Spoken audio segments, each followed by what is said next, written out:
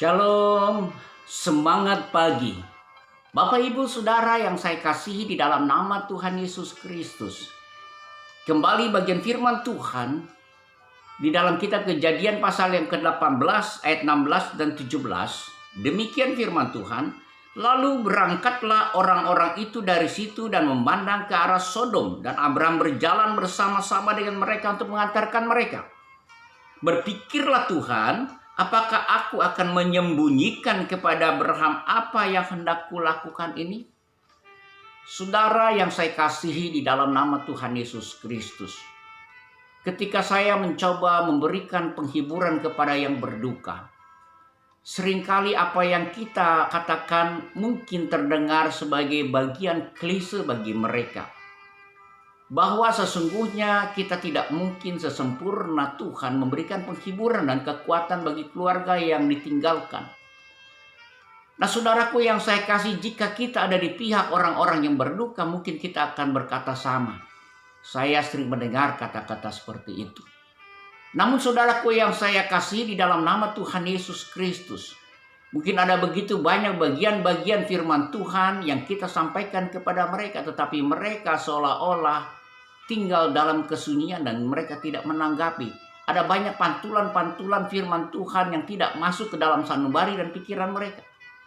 Tetapi sesungguhnya ketika kalau kita ada dalam keadaan duka, misteri-misteri yang kita tidak ketahui, percayalah, rahasia kehidupan saudara dan saya ada di dalam tangan kuasa Tuhan.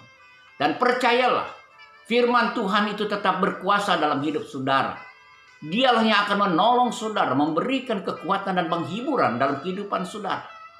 Jadi saudaraku yang saya kasihi, baik kita yang memberikan penghiburan maupun kita yang dihiburkan, di mana kita tidak mengerti ada begitu banyak rahasia hidup di dalam kehidupan kita, Tuhan akan mengungkapkan rahasia kehidupan kita. Sehingga pada akhirnya ketika kita sulit dihibur, Dia mampu menghibur. Ketika kita kehilangan kekuatan dan tidak mampu ditolong oleh siapapun juga, Tuhanlah yang akan memberikan kekuatan. Dan kekuatan itu ada dalam kuasa firman Tuhan. Karena itu saudara, nikmati, pelajari, baca, renungkan, dengarkan baik-baik, menyimak dengan sungguh-sungguh. Kalau perlu kita menghafalkan bagian-bagian firman Tuhan dan janji-janji Tuhan dalam hidup kita. Dan biarlah Dia berkuasa atas hidup saudara. Sehingga pada akhirnya yang tidak mungkin menjadi mungkin di dalam hidup saudara. Rahasia yang terselubung diungkapkan oleh Allah. Tuhan Yesus akan senantiasa menyertai saudara dengan banyak perkara. Ia akan mengungkapkan banyak rahasia kehidupan yang akan menolong saudara melihat karya Tuhan dalam hidup saudara. Sehingga saudara akan berkata, Tuhan kita luar biasa.